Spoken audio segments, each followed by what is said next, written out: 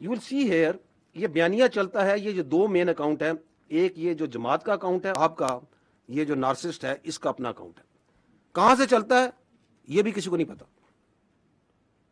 इनकी पार्टी से पूछे, कहते हैं हमें नहीं पता कहां से चलता, लेकिन पूरा ऑन करते हैं जो ये बयानिया चलता है।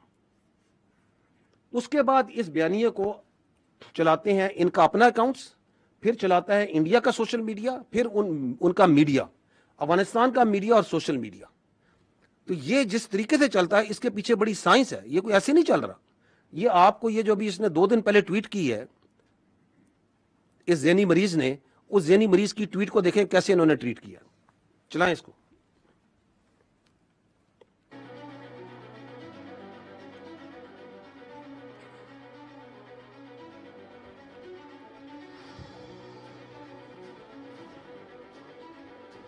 ये आपकी ट्वीट हो रही है। अब ये होती है, आप टाइम देखते जाएं कि किस टाइम पे ट्वीट होती है और कैसे उसको ट्वीट करते हैं। थोड़ी आवाज कम कर लेंगे।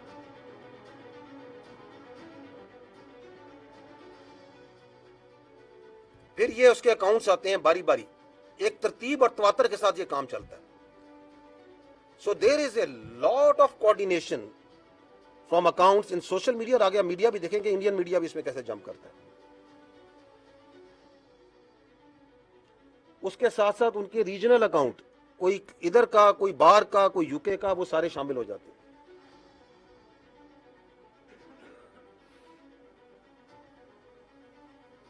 और मिनटों में, घंटों में ये काम हो रहा है।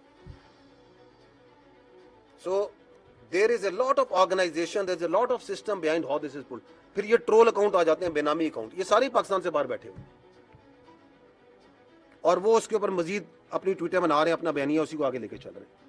लेकिन असल बयानिया किसने दिया? उस ज़ेनी मरीज ने, जिसने वो पहली ट्वीट की।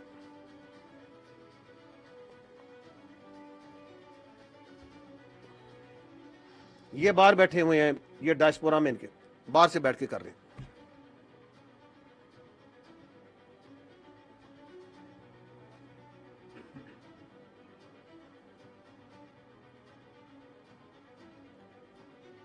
और अब घुसता है इनका सबसे बड़ा फैसिलिटेटर इंडियन मीडिया।